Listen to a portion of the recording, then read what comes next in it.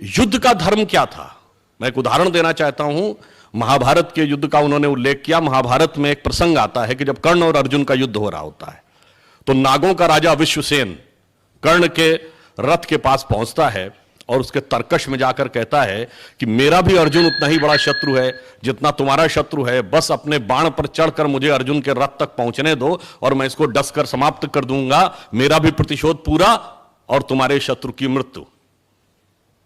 मगर everything is fair in love and war, जंग में सब कुछ जायज होने की कहावत वालों को समझना चाहिए कि कर्ण क्या जवाब देता है। कर्ण कहता है, उसमें जो बहुत बड़ा क्रक्स है वो कहता है, तेरी सहायता से जय तो मैं अनायास पा जाऊंगा, आने वाली मानवता को लेकिन क्या मुख दिखलाऊंगा। आगे की पंक्ति और महत्वपूर्ण है, जो भारतीय परंपरा के स्व को कहती है, उसमें सारा क्रक्स है। वो कहता है, अर्जुन है मेरा शत्रु किंतु वह सर्प नहीं, नर ही तो है, संघर्ष सनातन नहीं, शत्रुता इस जीवन भर ही तो है। अब जब हम जन्म जन्मांतर में विश्वास करते हैं तो धर्म अलग हो जाता है। तो वो कहता, अगला जीवन किस अर्थ हो, फिर हो द्वेषांध बिगाड़ूं मैं, सांपों की जाकर शरण सर्प बन क्यों मनुष्य को मारूं मैं, जा भाग मनुज का सहज शत्रु मित्रता न मेरी पा सकता, मैं किसी हेतु भी यह कलंक अपने सिर नहीं लगा सकता। और यह सिर्फ हमारे कथानकों में नहीं, रियल हिस्ट्री में है।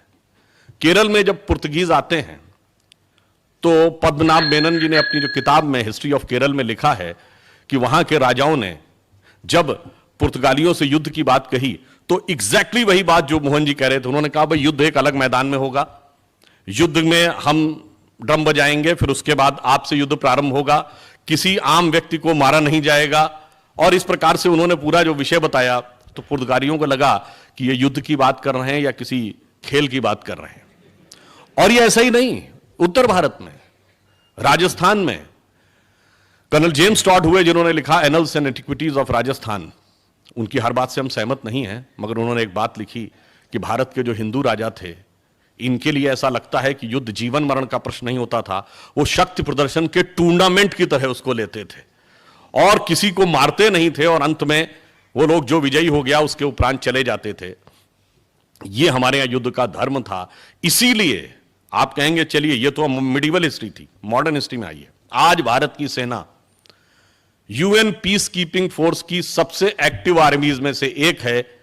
यह उतना महत्वपूर्ण नहीं है, महत्वपूर्ण यह है कि भारतीय सेना जो यूएन पीस कीपिंग फोर्स में जाती है उसके खिलाफ ह्यूमन राइट्स के जो मामले आते हैं वो कोई भी मामले नहीं आते, अन्य सेनाओं के सामने मामले ज्यादा आते हैं क्योंकि वो युद्ध की मर्यादा के उस स्व से निकले हुए हैं। अब इसलिए मैं कहता हूं जब हम स्व को समझने का प्रयास करें तो सबसे पहले तो जैसा कि बताया, स्वतंत्रता, हमें स्वाधीनता मिली, पर हमारे तंत्र में स्व का भाव कितना है।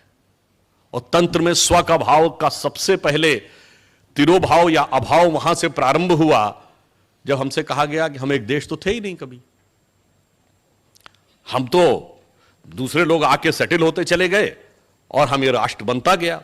कोई मेले थे, हम कोई डेरे थे कि लोग आके सेटल होते चले गए और बनता गया। ये स्व का भाव नहीं, हमारे स्व का भाव क्या है? जैसे हिंदी के प्रख्यात कवि जयशंकर प्रसाद जी की पंक्ति में कहता हूं, हमारा राष्ट्र स्वभाव यह है, हिमालय के आंगन में प्रथम उसे किरणों का दे उपहार, उषा ने हंस अभिनंदन किया और पहनाया हीरक हार। जगे हम लगे जगाने विश्व, लोक में फिर फैला आलोक, व्योम तम पुंज हुआ तब नष्ट, निखिल संस्कृति हो उठी अशोक।